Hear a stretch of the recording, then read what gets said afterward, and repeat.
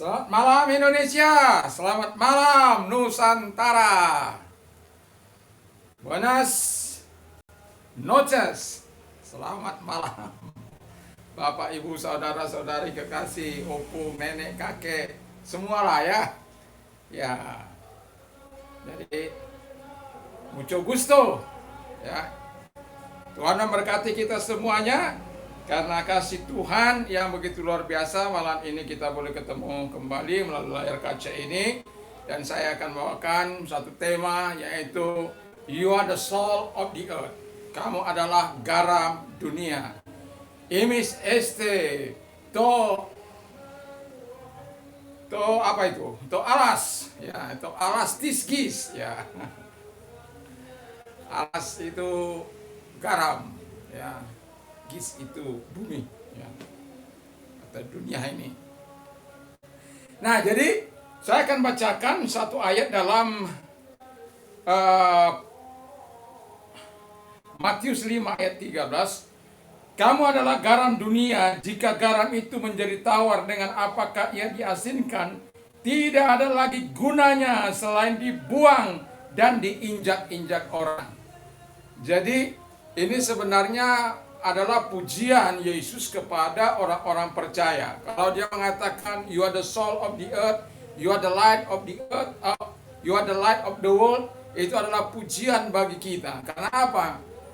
Di seluruh dunia ini, baik itu dari Amerika, benua Eropa, benua Asia, benua Afrika, benua Australia, ya, semua negara-negara, 200 lebih negara itu, saya yakin dan percaya di setiap rumah pasti ada garam, ya. Kalau tidak ada garam berarti dia kehabisan garam. Tetapi hampir setiap rumah akan selalu menyediakan garam, karena garam itu sangat bermanfaat, ya. Kalau tidak ada garam, masakan hambar. Kalau tidak ada garam, masakan tidak enak. Kalau tidak ada garam, ya, makanan tidak enak dan lain sebagainya. Kalau Yesus berbicara pada zaman dahulu kala, itu karena ada manfaat yang sangat luar biasa yang digunakan di tengah-tengah masyarakat pada waktu itu. Sebab itulah Yesus mengatakan you are the salt of the earth. Jadi dua hal yang sangat penting dalam dunia ini, orang katakan matahari dan garam. Makanya dikatakan oleh Yesus bahwa engkau adalah terang dunia, engkau adalah garam dunia. Saya sudah bawakan tentang terang dunia beberapa waktu yang lalu. Hari ini saya mau mengupas engkau adalah garam dunia. Garam itu adalah bahan yang sangat bermanfaat. Itu pertama. Jadi kalau Yesus memberikan pujian yang sangat luar biasa, supaya engkau menyadari bahwa engkau sangat bermanfaat bagi dunia ini. Kalau ada mengatakan engkau tidak bermanfaat bagi dunia ini, dia itu yang salah. Yang benar itu Yesus. Tapi apakah kita menyikapinya dengan baik dan benar? Atau kita mengabaikan saja, membiarkan garam kita itu hambar, sehingga tidak berguna, sehingga diinjak-injak orang. Kalau Yesus mengatakan you are the salt of the earth, karena dia ingin betul-betul kau bermanfaat bagi dunia ini, bahkan bagi bangsa-bangsa. Salah satu tempat saya mengupload melayani pelayanan firman Allah ini melalui YouTube, karena saya keterbatasan saya untuk menyampaikan kabar kasih karunia Allah, menyampaikan berkat Allah, kemurahan Allah, kebesaran Allah, kebajikan Allah, kasih karunia Allah, keterbatasan saya. Tetapi melalui YouTube ini orang bisa mendengarkan di mobil selama ada jaringan internet, atau di gunung-gunung selama itu ada jaringan internet, bisa sampai ke rumah masing-masing. Dan kita harus bersyukur dengan kemajuan teknologi sekarang. Tinggal kita mau menggunakan untuk hal yang positif atau tidak. Engkau garam dunia, engkau sangat bermanfaat. Kalau setan katakan engkau tidak ada apanya, dengarkan Yesus berkata you are the salt of the earth. Engkau tahu menggunakan fungsi garam itu, sehingga fungsi garam itu betul-betul bisa dinikmati di tengah-tengah masyarakat ini. Bahan kita itu bahan yang berkualitas, garam kita itu berkualitas. Saya yakin dan percaya semua orang akan melihat. Coba saya bacakan satu ayat di dalam Kolose 4 ayat 6. Hendaklah kata-katamu senantiasa penuh kasih, jangan hambar, sehingga kamu tahu bagaimana harus memberikan jawab kepada setiap orang. Jadi kita harus tahu bahwa garam itu tidak boleh hambar. Kalau garam kita itu hambar, nggak ada artinya memang. Tapi kalau garam kita itu mengandung asinnya yang bisa nanti dikelola begitu luar biasa, sehingga ke panah pun dia akan bisa masuk. Jadi bahan itu, garam itu sangat bermanfaat. Jadi kalau Yesus mengatakan engkau adalah garam dunia, supaya engkau berfungsi, bermanfaat bagi banyak orang. Dan jangan biarkan hidupmu tidak berfungsi. Kalau kata-katamu penuh caci maki, maka engkau tidak berfungsi, itu hambar.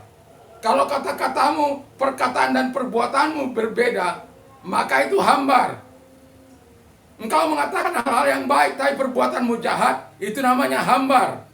Mengapa Yesus mengajar penuh dengan otoritas, penuh dengan kuasa? Karena dia mengajar sesuai antara perkataan dan perbuatannya.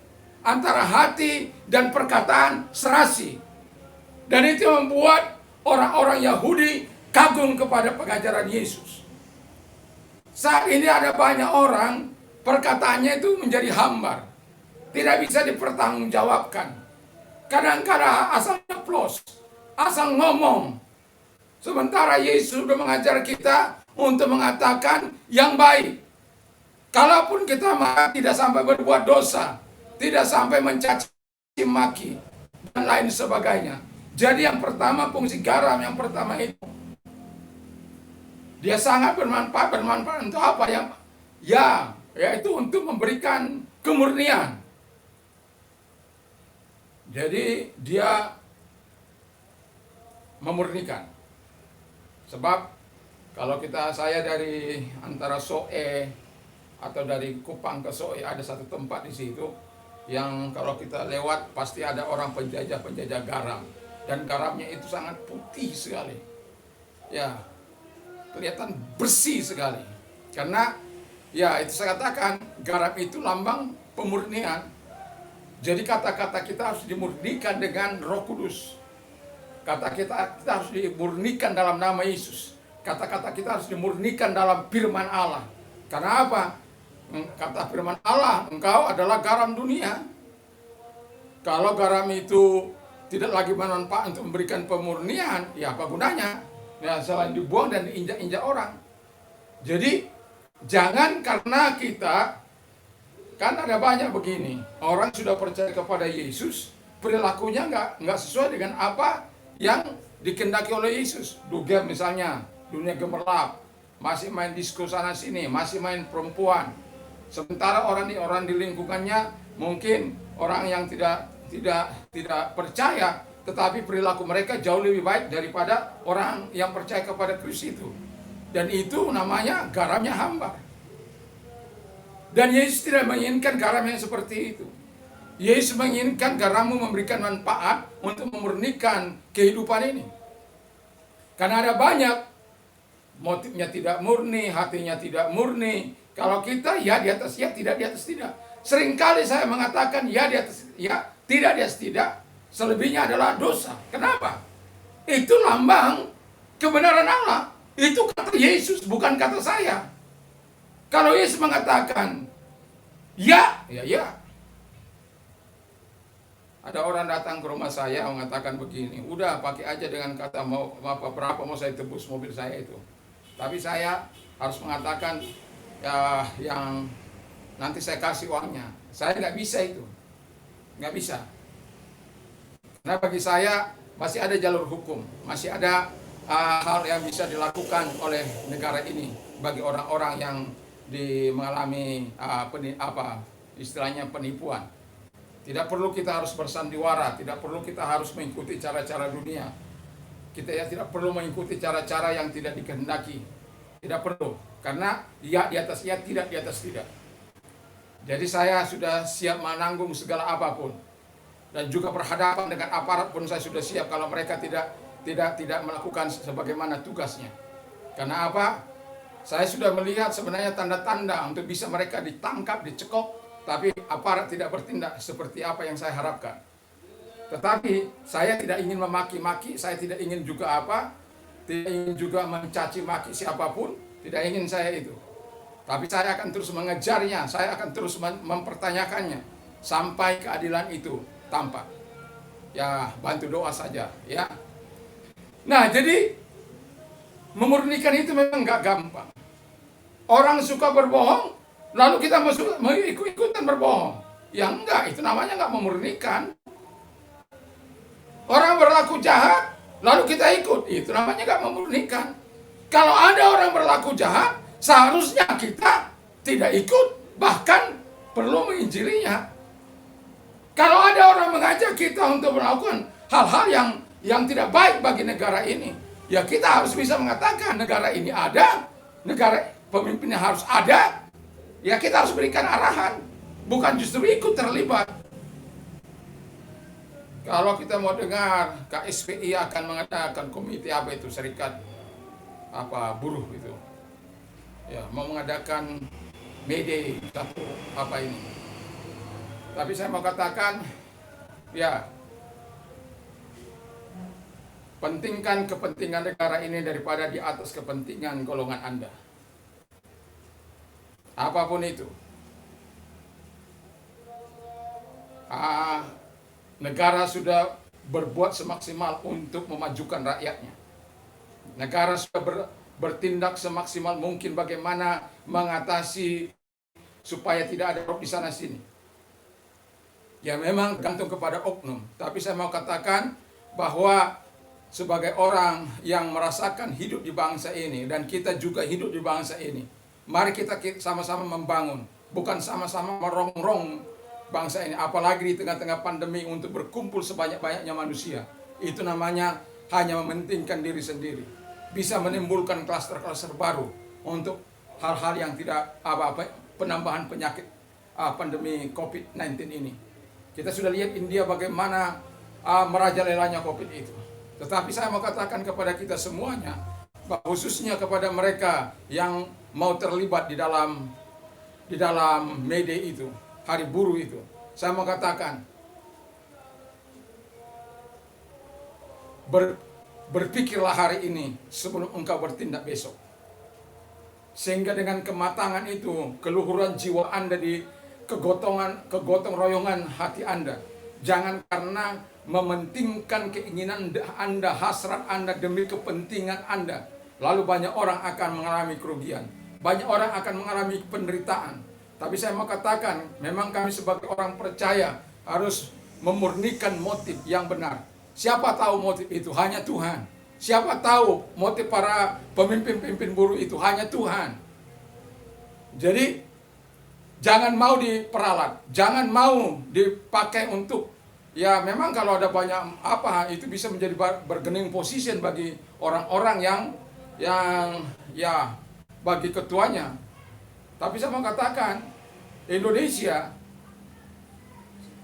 percayalah, pimpinan kita tidak akan pernah membawa kita kepada kehancuran. Apalagi sudah kita lihat dengan sepak terjangnya hari-hari ini Presiden kita, Bapak Presiden Jokowi. Saya bukan untuk memuji-muji, bukan. Tapi Anda bisa searching di YouTube bagaimana perkembangan dari Sabang sampai Merauke, dari Miangas sampai Pulau Rote. Dan itu perlu kita dukung, itu perlu kita apresiasi. Dan bagaimana semangatnya untuk membuka lapangan kerja bagi semua orang. Memang saya tidak tahu banyak hal itu. Tetapi saya yakin bahwa pemerintah ingin win-win solution. Investor dapat, pekerja dapat. Jadi kalau tidak ada investor, banyak pengangguran. Jadi jangan karena demi kepentingan pribadi, demi kepentingan ketuanya, maka dikorbankan banyak orang. Jadi garam itu memurnikan. Jadi kepada pimpinan juga saya berharap supaya tidak melakukan yang, pikirlah terlebih dahulu dengan di tengah-tengah situasi seperti ini, di tengah-tengah pandemi yang ada ini. Jadi saya hanya menyentuh hati Anda, menyentuh perasaan Anda, hati yang terdalam. Apakah saya betul memperjuangkan buruh, atau saya memperjuangkan isi perut saya, keluarga saya? Hanya Anda yang bisa jawab. Puji nama Tuhan. Alkitab katakan tadi, hendaklah kamu katakan, katamu senantiasa penuh kasih, jangan hambar. Jadi, saya tidak ingin melawan pemerintah. Jadi, apa yang saya katakan, itu juga akan saya lakukan. Dalam arti, selama pemerintah itu melakukan, saya yakin pemerintah kita melakukan, kalaupun ada 1-2 oknum, itu oknum. Ya, oknum. Ada saja pasti yang bermoral bejat, yang bermoral tidak baik, yang hanya mencari kepentingan untuk dirinya, menyalahgunakan kekuasaan. Kalau orang-orang percaya dikatakan you are the soul of the earth, itu sebuah pujian bagi Tuhan, pujian bagi orang-orang percaya supaya dia bisa bermanfaat bagi banyak orang. Walaupun ada banyak orang tidak ingin dirinya bermanfaat, tapi sebagai orang percaya, Tuhan sudah mengatakan, engkau sangat penting, sangat bermanfaat untuk memurnikan masyarakat ini. Lalu yang kedua dikatakan adalah, dikatakan oleh firman Allah bahwa itu antiseptik, pembusukan. Waktu usia remaja saya pernah pergi ke rumah amang buru saya di tebing tinggi. Jadi amang buru saya itu membuat daging babi hutan ya, lalu dibuat garam, lalu kalau di sana tataring itu apa itu ya, seperti diasapkan lah begitu ya, di atas tataring itu, di atas tempat orang-orang masak itu, jadi asapnya ke situ. Lalu kemudian yang mau saya katakan itu daging yang busuk itu ketika dimasuki atau dicampur, diberikan bahan-bahan garam ini, itu seperti roh yang menghidupkan, sehingga daging itu tidak akan membusuk ya, daging itu tidak akan membusuk dalam beberapa waktu karena sudah digarami. Itu bagikan jiwa bagi daging itu, seolah-olah daging itu hidup kembali. Jadi kita ini anti pembusukan. Negara, orang-orang sedang menuju kepada untuk menghancurkan, kita harus berada di tempat yang benar untuk tidak ikut dalam pembusukan itu. Katakan, kalau ada seperti kasus Munarman, ya, kita tidak tahu bagaimana kelanjutannya, tetapi yang mau saya katakan, kalau ada orang percaya ikut tindakan-tindakan terorisme, itu berarti bukan menjadi antiseptik, tetapi dia justru memberikan daya hancur, daya ledak, daya bunuh yang sangat luar biasa. Tapi kita sebagai orang percaya, kata Tuhan, engkau bermanfaat, engkau antiseptiknya. Jangan biarkan. Itu sebabnya sebagai gereja Tuhan kita tidak bisa, mungkin sebagai hamba Tuhan kita tidak bisa berbuat seperti itu. Ya, kita berdoa bagi aparat. Ada banyak orang percaya juga di situ. Ada banyak orang-orang di situ yang kita doakan supaya mereka bertindak arif, bijaksana, dan betul-betul melaksanakan tugasnya sesuai dengan amanah negara ini. Hukum dia benar-benar ditegakkan. Jadi bukan sesuka-suka manusia ingin merusak, ingin menghancurkan. Tidak. Kita sebagai antiseptik, kita harus betul-betul membawa orang-orang yang berpikiran kacau itu, yang berpikiran jahat itu, kembali kepada tindakan-tindakan yang benar, tindakan-tindakan yang baik, tindakan-tindakan yang mengasihi, belas kasihan. Katakan kalau kita mendengar, aku akan membunuh orang itu, lalu kita diam saja, tidak memberikan, jangan, nggak boleh begitu. Kalau dia terus bertindak, ya lapor sama polisi, kan gitu, supaya jangan ada korban orang tersebut. Itu kita bertugas sebagai antiseptik. Jadi kalau kita antiseptik, bisa, wah, betapa indahnya dunia ini. Kita datang kepada mereka, kita menginjili mereka. Mengapa orang melakukan kejahatan? Mengapa orang melakukan hal-hal yang sadis? Karena mereka tidak mengenal Bapa maupun Anak. Seandainya mereka mengenal Bapa maupun Anak, maka mereka akan bertindak dengan baik, bertindak dengan sesuai.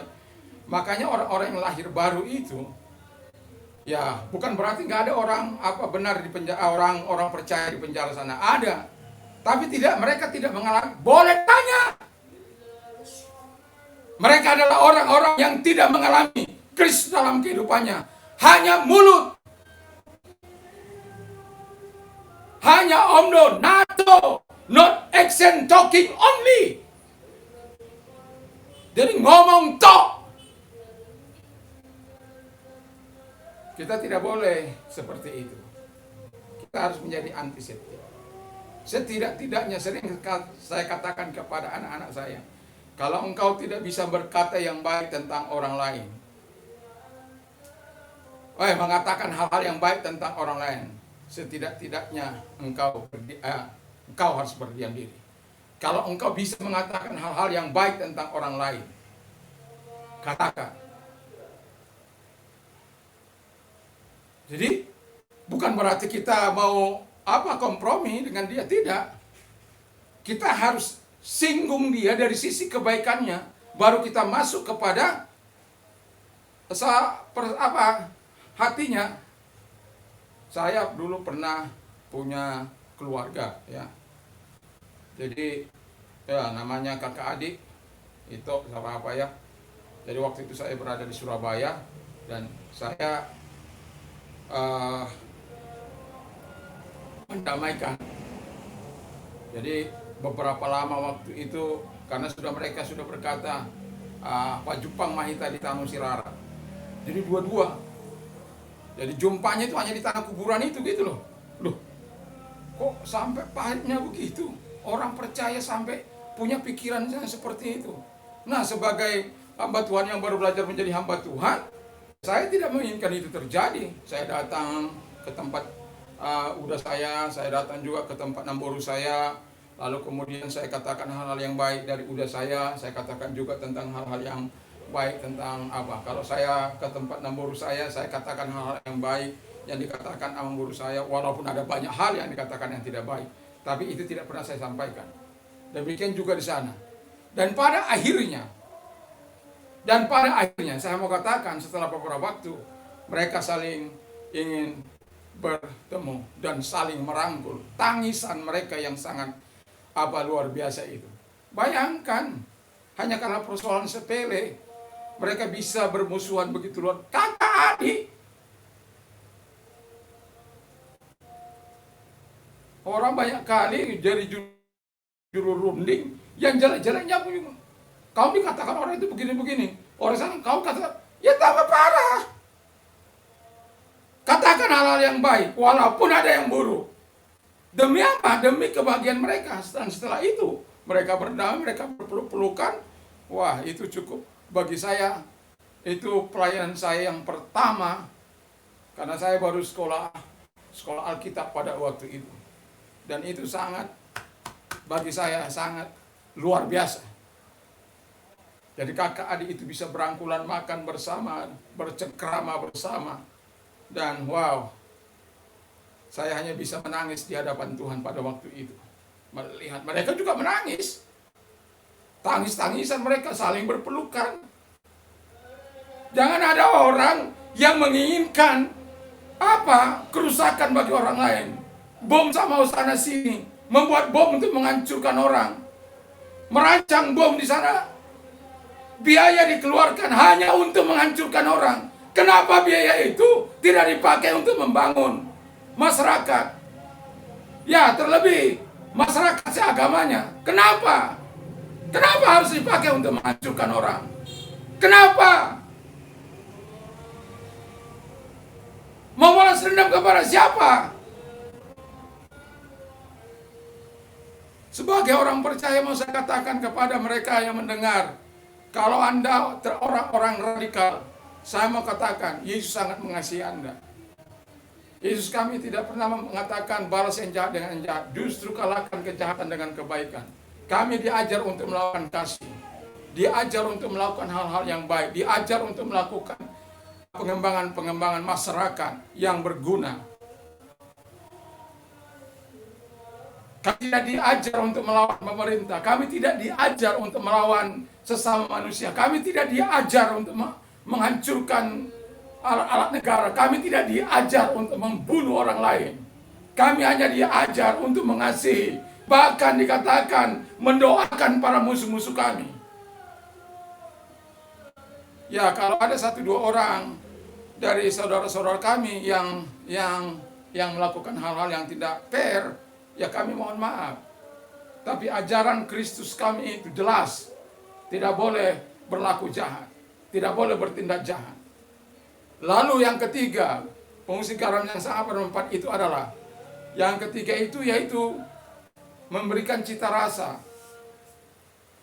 Jadi kalau di tengah-tengah masyarakat ada orang-orang percaya, dia menjadi batu sentuhan, itu berarti dia tidak memberikan rasa, cita rasa itu. Bayangkan, ada sebuah ilustrasi, benar atau tidak saya pun walau-walam lah, saya tidak tahu itu. Tetapi saya hanya menekankan, ketika seseorang raja, ya jauh di sana itu, seorang raja mempertanyakan ketika putrinya, bagaimana kasihmu? Yang membesar katakan, Papa, kasihku seperti emas kepadamu. Wah, bapaknya sebagai raja senang. Bagus. Ditanya anak kedua, Papa, cintaku seperti perak kepadamu, karena sudah diambilnya emas, diambilnya perak. Oh, bagus, kata bapaknya. Lalu anaknya yang ketiga, dikatakan, bagaimana cintamu kepadaku, wahai putriku yang cantik jelita. Udah dipuji raja, masih kata, cintaku seperti garam kepada bapak. Weh, marahnya raja. Suruh masukkan ini anak yang tidak tahu diri ini, masukkan ke dalam penjara. Masa cintanya cinta murahan, hanya seperti garam, masukkan dia ke dalam penjara. Tapi apa yang dilakukan? Dia dimasukkan ke penjara. Dia tidak bersedih, karena memang cintanya itu murni kepada ayahnya, kasihnya betul-betul.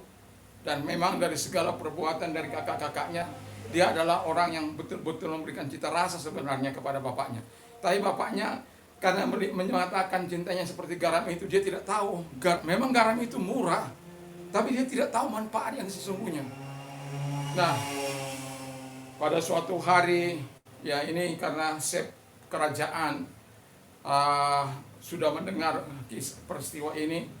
Satu kali dia memberikan, raja meminta masakan yang menjadi kesukaannya. Nah, lalu dikelolalah masakan ini sebagaimana kesukaan raja. Satu bumbu saja yang tidak dimasukkan olehnya itu, yaitu garam. Sehingga dia sangat ketika dia mencicip, garam ini tidak dimasukkan ke dalam masakan itu. Dan ketika masakan ini tidak diberikan, maka Anda tahu rasanya menjadi hambar. Raja sudah mencium wanginya yang begitu luar biasa, dia sudah bayangkan banyaknya dia akan makan. Karena kalau namanya kegemarannya disediakan, dia akan makan 3-4 piring. Sama dengan saya itu.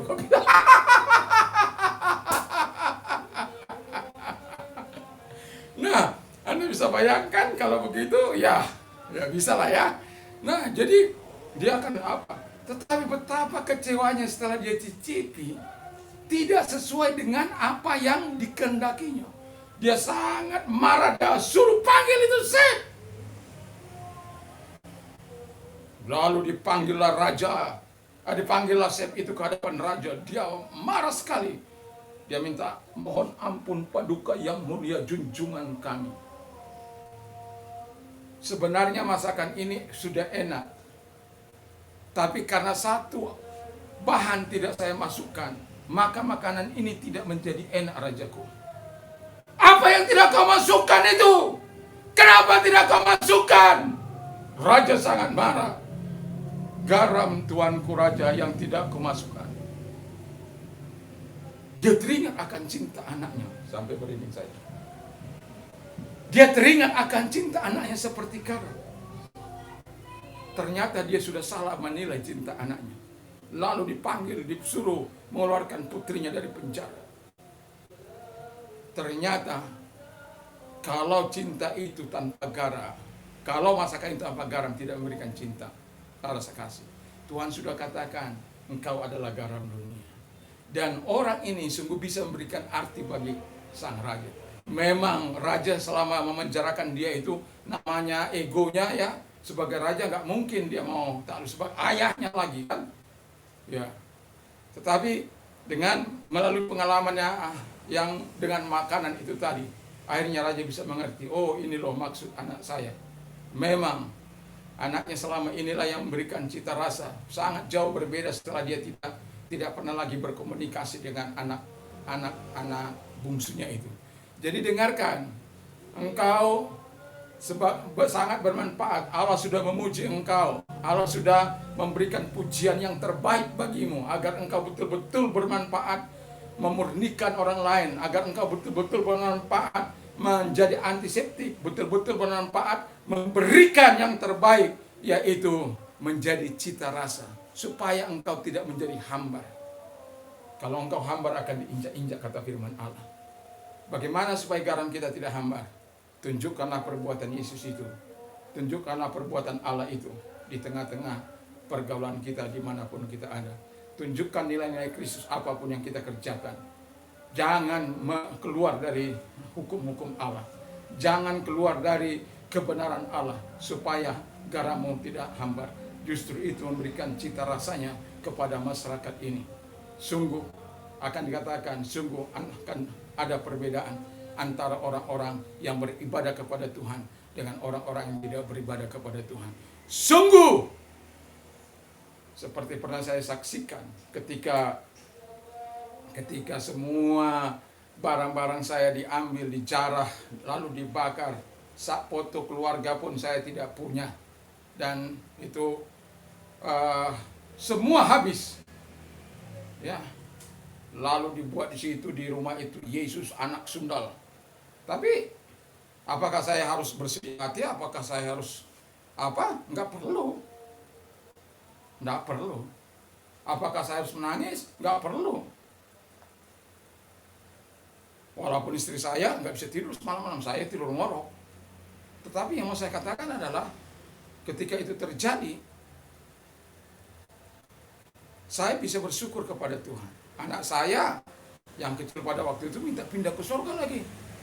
Saya sambil bilang pada Tuhan Yesus. Bilang pada Tuhan Yesus supaya kita pindah ke surga. Lalu anak saya bilang, Tuhan Yesus, kami mau pindah ke surga. Terus saya bilang, apa dia bilang Tuhan Yesus? Enggak dijawab.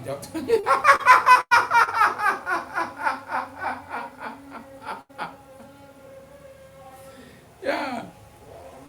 Tetapi setelah peristiwa itu, saya masih tetap membuka air untuk orang lain, masih memberkati mereka. Lalu orang bilang begini, memang hebat Tuhannya orang Kristen itu. Memang hebat perbuatan orang percaya Yesus itu. Dia tidak membalas yang jahat dengan yang jahat, tapi justru mengalahkan kejahatan dengan kebaikan. Itulah yang memberikan cita rasa bagi lingkungan kita, di sekitar kita. Tuhan Yesus memberkati. Mari kita tunduk kepala dan kita berdoa. Kami bersyukur, kami berterima kasih kepada Bapa yang baik di dalam nama Tuhan Yesus. Engkau Allah yang berkuasa, Engkau Allah yang dahsyat, yang telah memuji kami dengan mengatakan, You are the soul of the earth, You are the light of the world. Terima kasih Bapa di surga. Hal yang sangat penting bagi dunia ini, yaitu sinar matahari dan kemudian garam yang tidak akan pernah ditinggalkan oleh yang namanya rumah tangga. Baik itu orang percaya maupun tidak percaya, mereka akan memiliki garam. Ya, karena garam ini sangat bermanfaat untuk bisa memberikan cita rasa bagi masakan yang mereka ramu. Terima kasih Bapa di surga, terima kasih. Engkau mengatakan kepada kami adalah garam dunia. Bukanlah mudah untuk menjadi garam yang bermanfaat di tengah-tengah masyarakat kami. Kadang-kala kami terlibat untuk hal-hal yang tidak baik, terlibat dan hal-hal yang tidak Engkau kehendaki. Ampunilah kami Tuhan. Kami berdoa bagi orang-orang percaya supaya mereka bisa betul-betul menjadi garam dunia. Kami semuanya bisa menjadi garam dunia. Baik itu mereka-mereka yang ada di masyarakat, di tengah-tengah masyarakat kami, di tengah-tengah gereja, di tengah-tengah bangsa dan negara kami. bagi pejabat-pejabat kami yang percaya kepada Kristus Yesus. Biarkan mereka bisa menunjukkan hidup mereka, pemurnian yang memurnikan. Lalu kemudian Tuhan Yesus, garam itu juga memberikan antiseptik, dan juga Tuhan Bapa di surga juga memberikan cita rasa yang akan memberikan manfaat bagi bangsa dan negara, bagi masyarakat, bagi gereja Tuhan. Terima kasih Bapa di surga, kami sungguh bersyukur, kami berterima kasih kepadamu. Terpujilah Engkau Bapa, kami bersyukur dalam nama Yesus Kristus. Dan kami juga berdoa agar Engkau Allah memberkati pemerintah kami, presiden dan wakil presiden, para pejabat negeri kami, dan juga Yesus, para gubernur, bupati, camat, RT, semuanya Tuhan Bapa di surga, juga eksekutif, legislatif, yudikatif, Tuhan berkati aparat keamanan kami juga, Tuhan berkati mereka semua dalam menjaga, memberikan keamanan bagi rakyat Indonesia dari Sabang sampai Merauke, dari Minang sampai Pulau Rote. Jangan ada para pejabat kami yang bertindak intoleran, jangan ada di bangsa kami orang-orang yang radikal. Hapuskan itu dari negeri kami. Datanglah damai sejahtera Allah itu bagi setiap kami. Terima kasih Bapa di surga. Yang sakit dengarkan, Tuhan mengasihi engkau, tidak peduli dalam keadaan apapun sakitmu, Tuhan sangat mengasihi engkau. Saya memang tidak tahu keberadaanmu di seluruh negeri bahkan dunia yang bisa dicapai oleh YouTube ini. Tapi saya mau berkata dalam nama Yesus dengan penuh kasih bahwa Yesus sangat mengasihi engkau, sangat-sangat mengasihi engkau. Apapun sakitmu, terimalah kesembuhan dari Tuhan malam hari ini juga. Di dalam nama Yesus segala sakit penyakitmu disembuhkan. Dan oleh bilur-bilurnya engkau sembuh. Baik yang buta, melihat, tuli mendengar, bisu berkata-kata, lumpuh berjalan, lepra, kanker sembuh dalam nama Yesus. Yang lumpuh berjalan. Dan juga seluruh kelemahan dan sakit penyakit telah ditanggung oleh Yesus. Dan yakin dan percayalah, tidak ada yang tidak mungkin bagi Yesus. Yang lemah engkau kuatkan, yang bengkok engkau luruskan, yang berlobang-lobang engkau tutup, yang rusak engkau perbaiki Tuhan. Orang-orang percaya juga demikian Bapa di surga. Kalau ada orang-orang percaya yang rusak engkau perbaiki, karena itulah keahlianmu dalam mengubah kami menjadi garam yang bermanfaat bagi dunia ini. Terima kasih gereja Tuhan dimanapun ada, Aras Nasional, Tuhan memberkati, para pemimpinnya juga berkati, GP juga Tuhan berkati, seluruh sidang jemaat Tuhan berkati. Kami bersyukur dalam nama Yesus, haleluya, amin. Damai sejahtera Allah yang melampaui segala akal akan memelihara hati dan pikiranmu mulai saat ini sampai selama-lamanya. Dan berbahagialah orang yang mendengarkan firman Allah, yang menyimpannya dan melakukannya dalam hidupnya. Iman timbul dari pendengaran firman Kristus. Apa saja yang orang lain ingin lakukan kepadamu, lakukan jugalah demikian. Dan juga saya mengatakan, Allahku akan mencukupi segala kebutuhan menurut kekayaan dan kemuliaan dalam Kristus Yesus. I can do all things through Him who gives me strength. Segala perkara dapat kutanggung di dalam Dia yang memberikan kekuatan kepadaku. Tuhan Yesus memberkati. Shalom. Selamat malam.